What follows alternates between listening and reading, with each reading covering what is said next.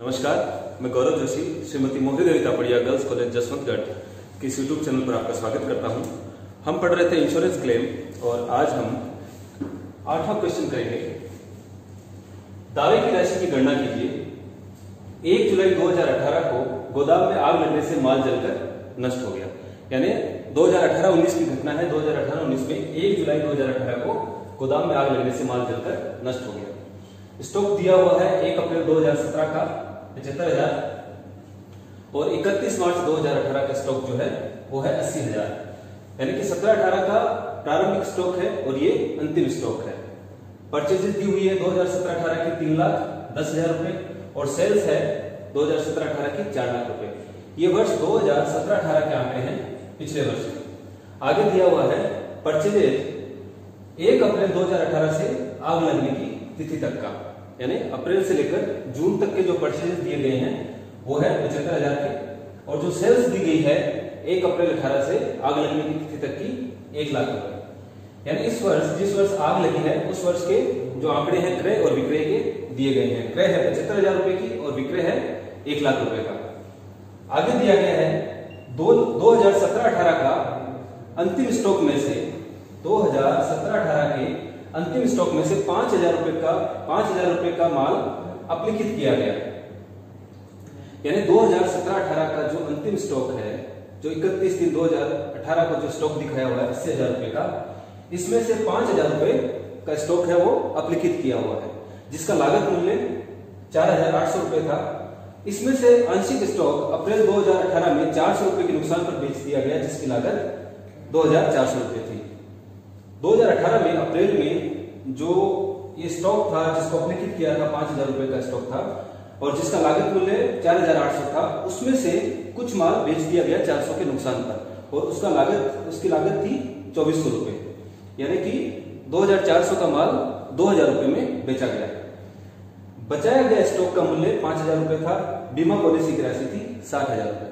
तो हमको सबसे पहले ये ज्ञात करना होगा कि आग लगने की तिथि को यानी 1 जुलाई 2018 को गोदाम में कितना माल रखा हुआ था। इसके लिए हम मेमोरेंडम ट्रेडिंग अकाउंट बनाएंगे 1 जुलाई 2018 का।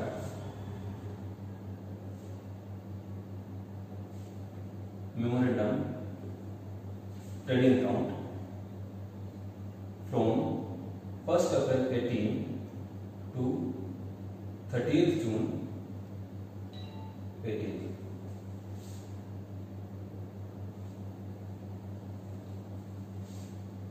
अब देखिए इस क्वेश्चन में ये दिया गया है कि जो 4,800 रुपए का माल था उसको नुकसान पर बेचा गया।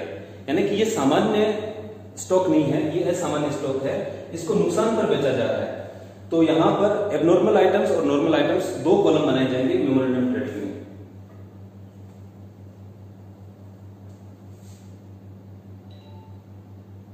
यहां 2 कॉलम बनेंगे। जब भी हम मेमोरेंडम ट्रेडिंग बनाते हैं और कोई ऐसा स्टॉक हो जिसको नुकसान पर बेचा जाता है तो वो असामान्य स्टॉक कहलाता है, एबनॉर्मल आइटम कहलाता है।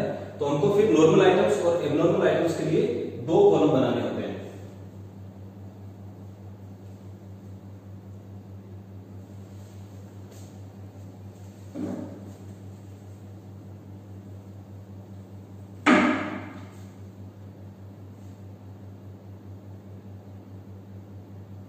और पिछले वर्ष के आंकड़े दिए गए हैं, उनके आधार पर हम सकल लाभ की दर ज्ञात करेंगे। पिछले वर्ष का ट्रेडिंग अकाउंट बना लेंगे और उसके आधार पर हम सकल लाभ की दर ज्ञात करेंगे।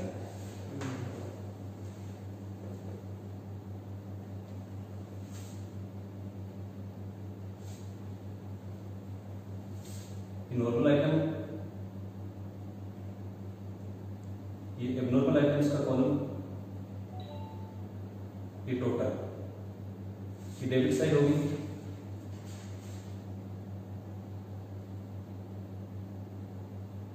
ये नॉर्मल आइटम्स क्रेडिट साइड के, ये एबनॉर्मल आइटम्स और ये टोटल। ओपनिंग स्टॉक लेते हैं। जो 31 मार्च 2018 का स्टॉक है, क्लोजिंग स्टॉक, वही 1/4/2018 को ओपनिंग स्टॉक हो जाएगा।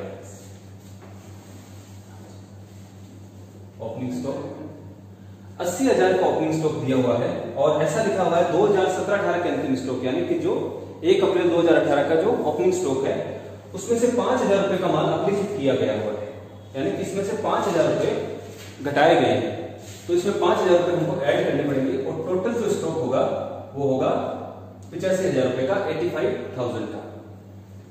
और जो माल अप्लिकेट किया गया था, जो 5,000 रुपए अप्लिकेट किए गए थे, उस माल का लागत मूल्य था 4800 रुपए, यानी 4800 रुपए की लागत का माल जो है वो असामान्य माल है जिसको नुकसान पर बेचा गया है। तो 4800 रुपए का जो माल है 85,000 में से वो असामान्य है और 80,200 रुपए का माल सामान्य माल है। अब परचेजेज, आग लगने वाले वर्ष के परचेजेज दिए गए हैं 1 अप्रैल 18 से लेकर आग लगने की तिथि तक 75,000 75,000 रुपए के परचेजेज हैं जो कि सामान्य है, सामान्य स्टॉक है, सामान्य नॉर्मल आइटम्स में लिखा जाएगा।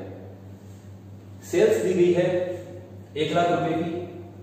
अब इस सेल्स में, ये पूरी सेल्स दी गई है 1 अप्रैल से लेकर आग लगने की तिथि तक की।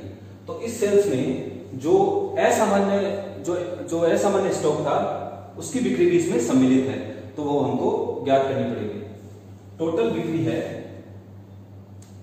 1 लाख रुपए की और यहां नीचे दिया गया है कि जो असामान्य माल था जिसकी लागत 4800 रुपए थी, इसमें से आंशिक स्टॉक अप्रैल 2018 में 400 रुपए के नुकसान पर बेच दिया गया जिसकी लागत 2400 रुपए थी, यानी 2400 रुपए की लागत का माल 400 रुपए के नुकसान पर बेचा, यानी 2000 रुपए में बेचा गया होगा। तो 2000 रुपए की सेल्स थी एबनॉर्मल आइटम की और बाकी 98,000 की सेल्स होगी नॉर्मल आइटम्स की। टोटल बिक्री है 1 लाख रुपए की, 1 लाख में से 2,000 की बिक्री है एबनॉर्मल आइटम्स की और जो है 98,000 की बिक्री है नॉर्मल आइटम्स की। अब हमको ग्रॉस प्रॉफिट ज्ञात करना होगा। इस क्वेश्चन में सकल लाभ की दर नहीं दी गई है, तो हमको पिछले वर्ष का जो है ट्रेडिंग अकाउंट बनाकर सकल लाभ की दर ज्ञात करनी पड़ेगी। पिछले वर्ष के आंकड़े दिए गए हैं 17-18 के, तो ट्रेडिंग अकाउंट बनाएंगे। पिछले वर्ष का ट्रेडिंग अकाउंट बनाना पड़ेगा। Trading account for the year 2017-18। Trading account में ओपनिंग स्टॉक दिया हुआ है 2017 का, 1 अप्रैल 2017 का ओपनिंग स्टॉक है 75,000 रुपए। परचेज दी गई है 3,10,000 रुपए 17-18 की पिछले वर्ष की। सेल्स दी हुई है 4 लाख रुपए की और जो क्लोजिंग स्टॉक है, क्लोजिंग स्टॉक दिया हुआ है 80,000 रुपए का 31 मार्च 2018 का, जिसमें से 5,000 रुपए का माल अप्लिकेट किया गया था। तो 5,000 रुपए का माल वापस उसमें ऐड करना पड़ेगा। ऐड कर देंगे रिटर्न डाउन गुड्स जिसको हमने अप्लिकेट किया था। 5,000 रुपए का स्टॉक ऐड कर दिया, तो टोटल क्लोजिंग स्टॉक आता है 85,000 का और यही क्लोजिंग स्टॉक हमने यहां पर भी ओपनिंग स्टॉक के रूप में रखा है 85,000 का। ये इसका टोटल क्रेडिट साइड के टोटल में से डेबिट साइड का टोटल घटा देंगे, तो 4,85,000 में से 3,85,000 माइनस किया तो ग्रॉस प्रॉफिट आ रहा है 1 लाख रुपए। अब सकल लाभ की दर ज्ञात करनी है, तो सकल लाभ की दर ज्ञात कर लेंगे रेट ऑफ जीपी। तो पिछले वर्ष का जो है रेट ऑफ जीपी आ रहा है ग्रॉस प्रॉफिट है 1 लाख रुपए बटा सेल्स है 4 लाख रुपए की और इसको 100 से मल्टीप्लाई कर देंगे, तो पिछले वर्ष की सकल लाभ की दर है 25%। अब ये जो 25% जो सकल लाभ की दर है वो हमको इस सेल्स पे, नॉर्मल सेल्स पे हमने 25% कमाया होगा, क्योंकि एबनॉर्मल सेल्स है, जो एबनॉर्मल आइटम्स की 2,000 रुपए की सेल्स है, इसको तो हमने लॉस में बेचा है, तो ग्रॉस लॉस हुआ है एबनॉर्मल आइटम्स की सेल्स पे 400 रुपए का, और जो प्रॉफिट कमाया होगा वो हमने कमाया होगा नॉर्मल आइटम्स की सेल्स पे जो है 98,000 रुपए की, और 98,000 का 25% हम ज्ञात करेंगे। 98,000 का 25% हम अगर कैलकुलेट करें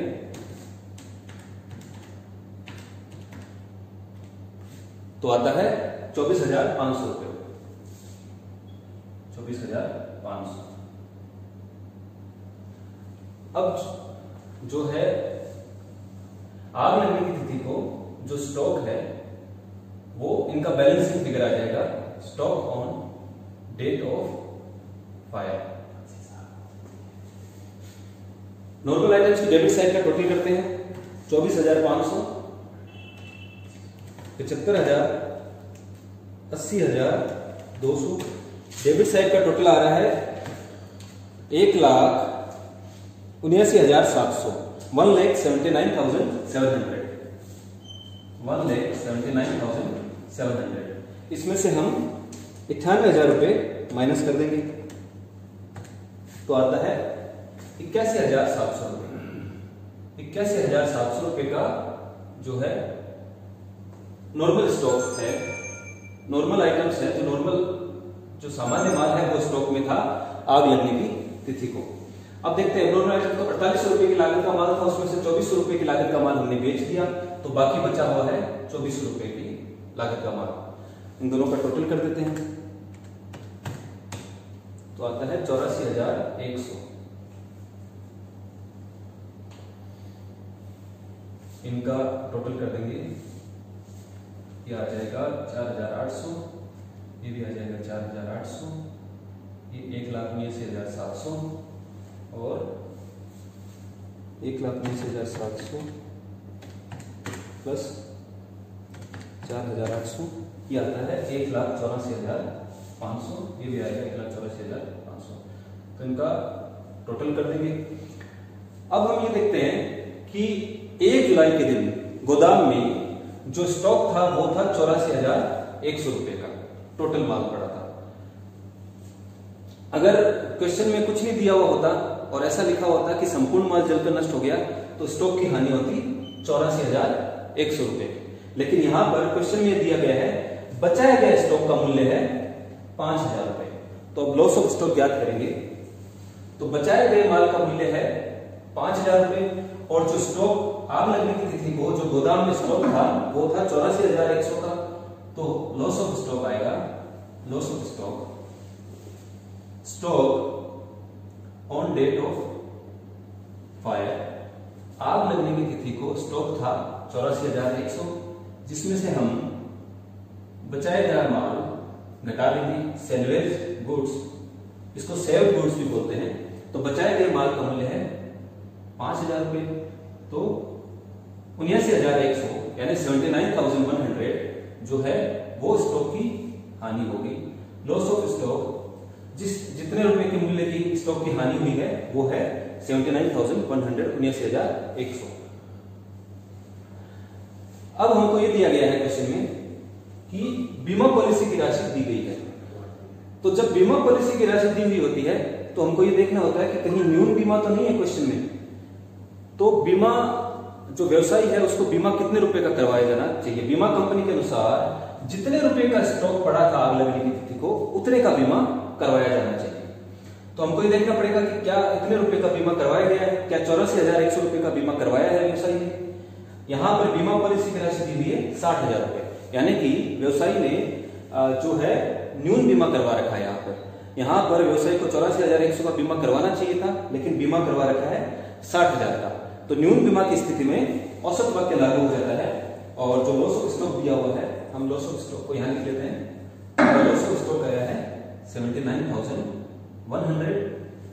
तो न्यून बीमा की स्थिति में एवरेज क्लोज औसत वाक्य लागू होता है और औसत वाक्य लागू हो जाने पर जो है दावे की राशि की गणना हम एक सूत्र से करते हैं जिसकी हम बात कर चुके हैं।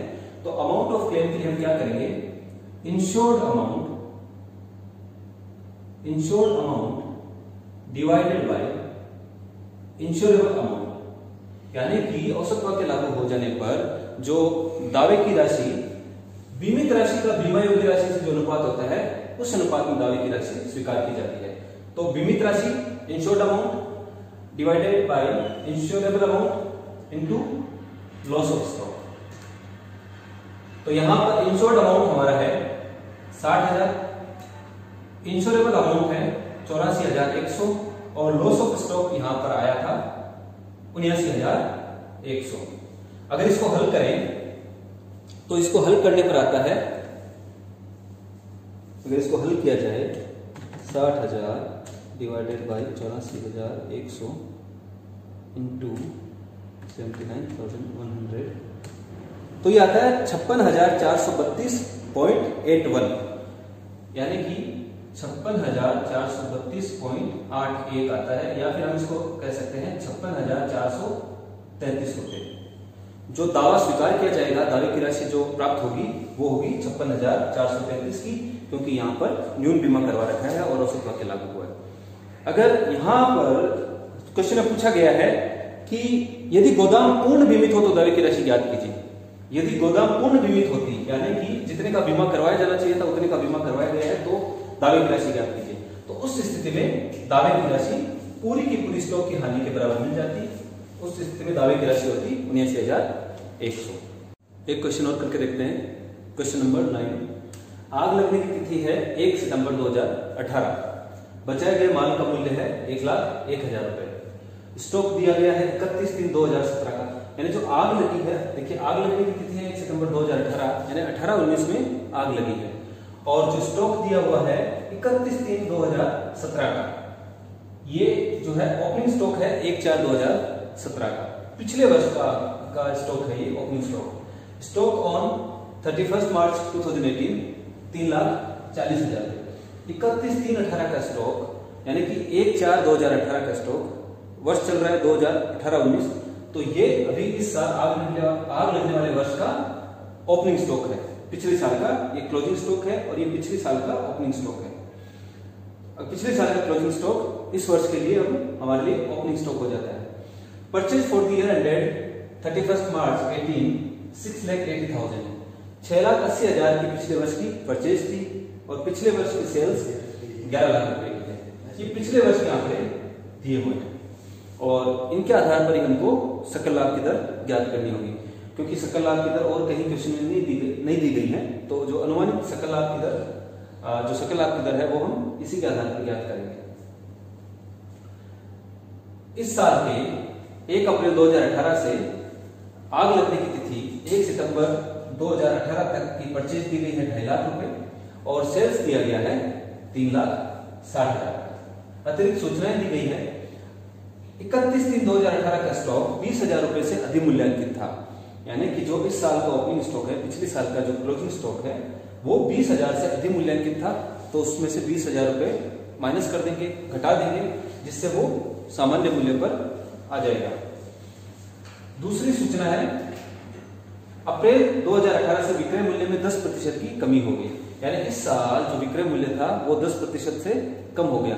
अगर पिछले साल 100 रुपए था किसी वस्तु का मूल्य, तो इस साल वो 90 रुपए हो गया, 10% की कमी होगी। दावे की राशि की गणना कीजिए। तो दावे की राशि की गणना करने के लिए सबसे पहले हमको क्या ज्ञात करना होगा कि आग लगने की तिथि को गोदाम में कितना स्टॉक रखा हुआ था, और उसके लिए हम बनाएंगे memorandum trading account. Memorandum trading account, और जो अकाउंट है ये बनेगा 1 अप्रैल 18 से लेकर आग लगने की तिथि 1/9/2018 तक का। ओपनिंग स्टॉक लिखेंगे। ओपनिंग स्टॉक जो 1/4/18 का के लिए जो स्टॉक है 31/3/2018 का स्टॉक ओपनिंग स्टॉक हो जाएगा, और 31/3/2018 का स्टॉक 20,000 से अधिमूल्यांकित था, यानी कि इसमें से कम करना पड़ेगा जो ओवर वैल्यूएशन हुआ है।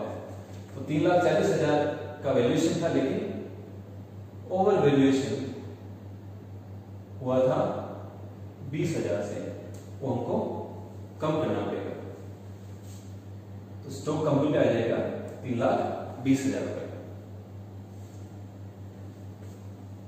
आग लगने वाले वर्ष के लिए हम मेमोरेंडम ट्रेडिंग बना रहे हैं, इससे परचेज देंगे आग लगने की तिथि अभी तक का वर्ष की शुरुआत से। परचेज है 2,50,000 की, सेल्स है 3,60,000 रुपए की। अब हमको ग्रॉस प्रॉफिट ज्ञात करना होगा और सकल लाभ की दर यहां पर दी हुई नहीं है, तो हम सकल लाभ की दर पिछले वर्ष का ट्रेडिंग अकाउंट बनाकर ज्ञात करेंगे। Trading account for the year ended 31 मार्च 18। तो पिछले साल का ट्रेडिंग अकाउंट बनाएंगे। पिछले वर्ष का ट्रेडिंग अकाउंट बनाएंगे तो ओपनिंग स्टॉक, पिछले वर्ष का ओपनिंग स्टॉक होगा 1/4/2017 का ओपनिंग स्टॉक लेंगे 3 लाख रुपए। परचेज, पिछले वर्ष की परचेज दी गई है 6,80,000 रुपए। इधर सेल्स लिख लेंगे, सेल्स दिया हुआ है 11 लाख रुपए की। और क्लोजिंग स्टॉक अधिमूल्यांकित था 20,000 रुपए से, तो हमको तो सामान्य मूल्य पर लेना होगा, तो क्लोजिंग स्टॉक 3,40,000 का दिया हुआ है। और ओवर वैल्यूएशन जो है इसका ओवर वैल्यूएशन हुआ है, तो 20,000 रुपए जो ओवर वैल्यूएशन हुआ है वो माइनस कर देंगे, तो जो सामान्य मूल्य है क्लोजिंग स्टॉक का हो जाएगा 3,20,000 रुपए। और यही हमने 3,20,000 रुपए यहां पर दिया है ओपनिंग स्टॉक। ये अमाउंट है, अमाउंट का कॉलम।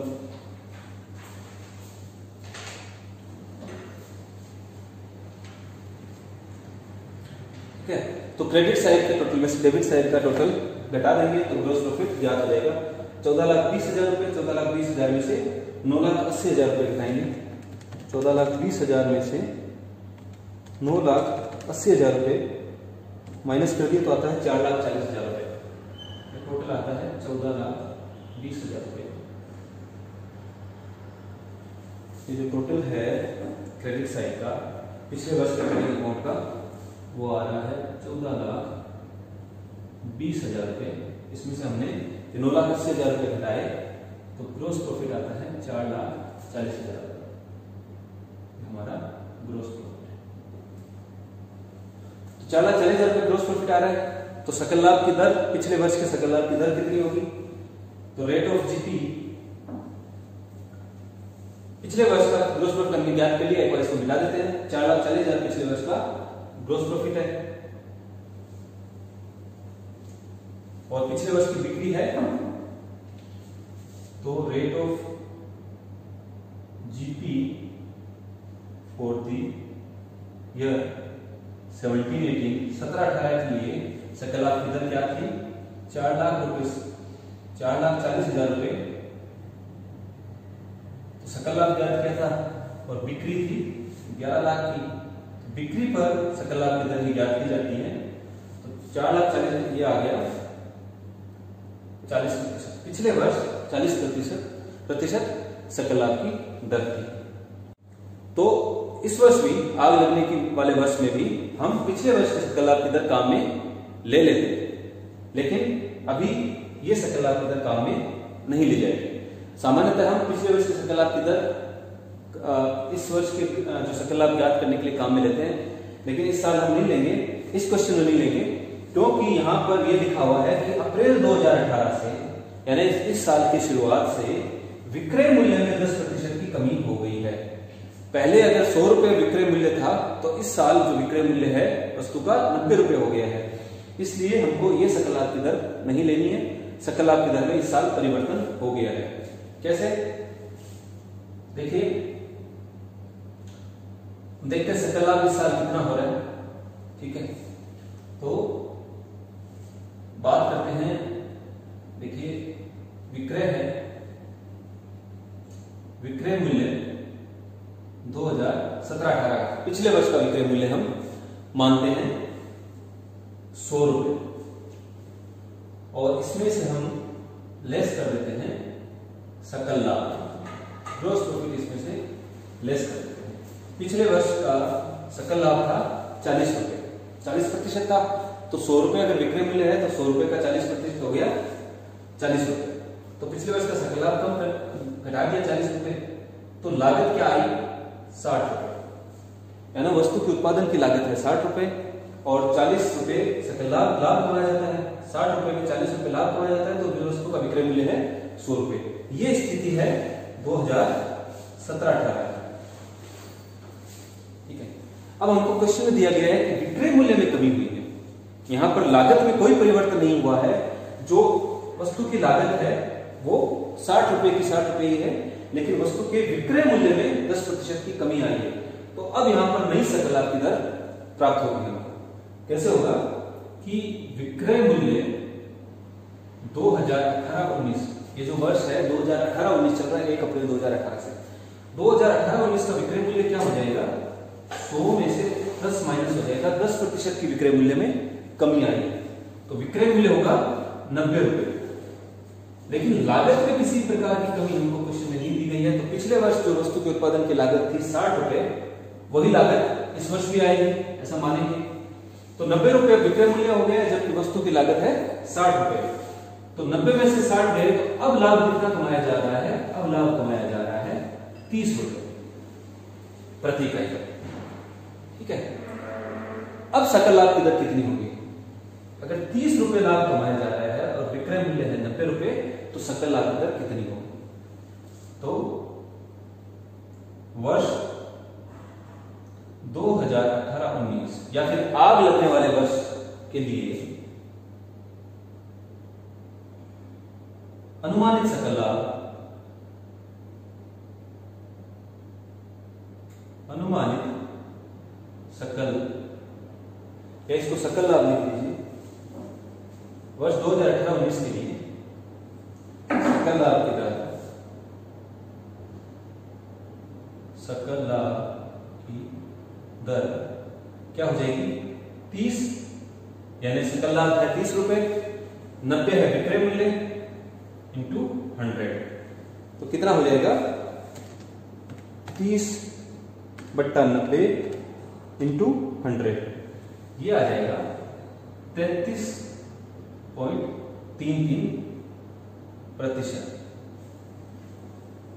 जो इस साल जो सकल लाभ की दर होगी वो होगी 33.33%, ना कि 40%। पिछले वर्ष सकल लाभ की दर 40% थी। अगर क्वेश्चन में विक्रय मूल्य के संबंध में कुछ नहीं बोला हुआ होता, तो हम इस साल भी 40% सकल लाभ की दर के आधार पर हम ग्रॉस प्रॉफिट यहां पर लिख देते ज्ञात करके। लेकिन क्वेश्चन में बोला गया है कि अप्रैल 2018 से विक्रय मूल्य में 10% की कमी हो गई, यानी कि विक्रय मूल्य में कमी हुई है तो सकल लाभ की दर में भी कमी हुई होगी। तो हमने क्या किया कि पिछले वर्ष की बिक्री को माना 100 रुपए और सकल लाभ इसमें से 40 रुपए हमने घटा दिया, तो पिछले वर्ष जो है वस्तु की लागत आ रही थी 60 रुपए।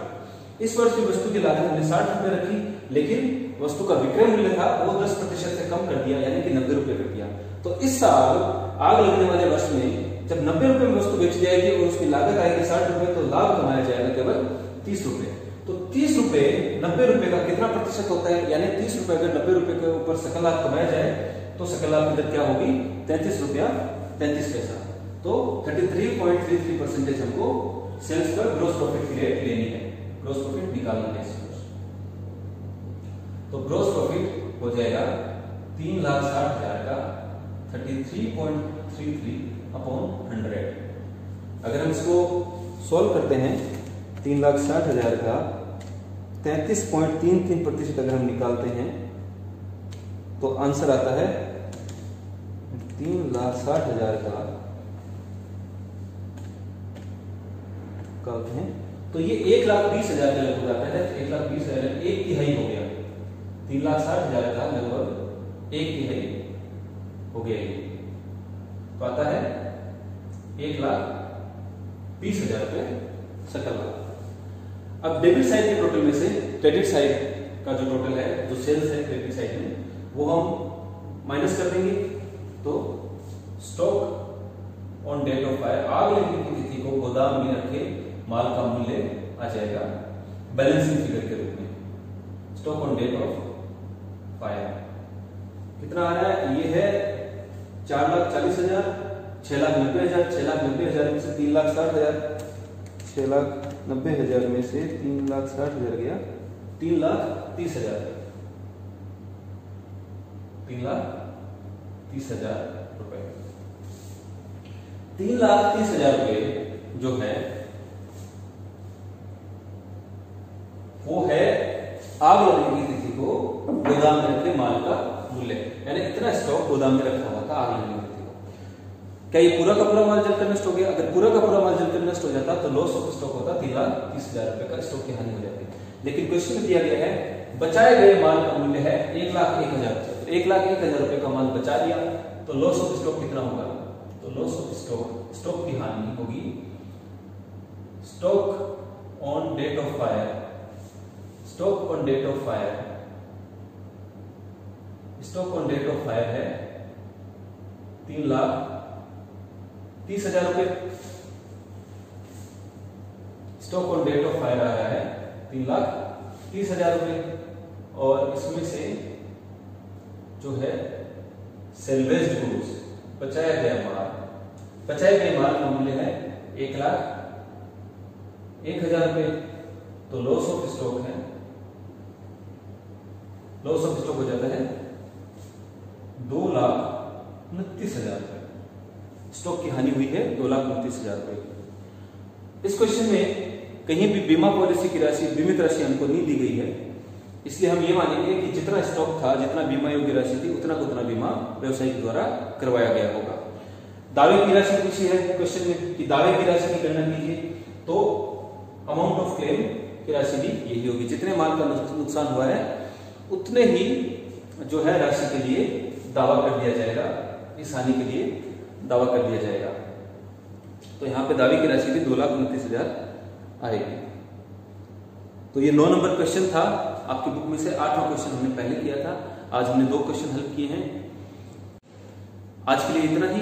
इस वीडियो को लाइक कीजिए, शेयर कीजिए, हमारे YouTube चैनल को सब्सक्राइब कीजिए। धन्यवाद।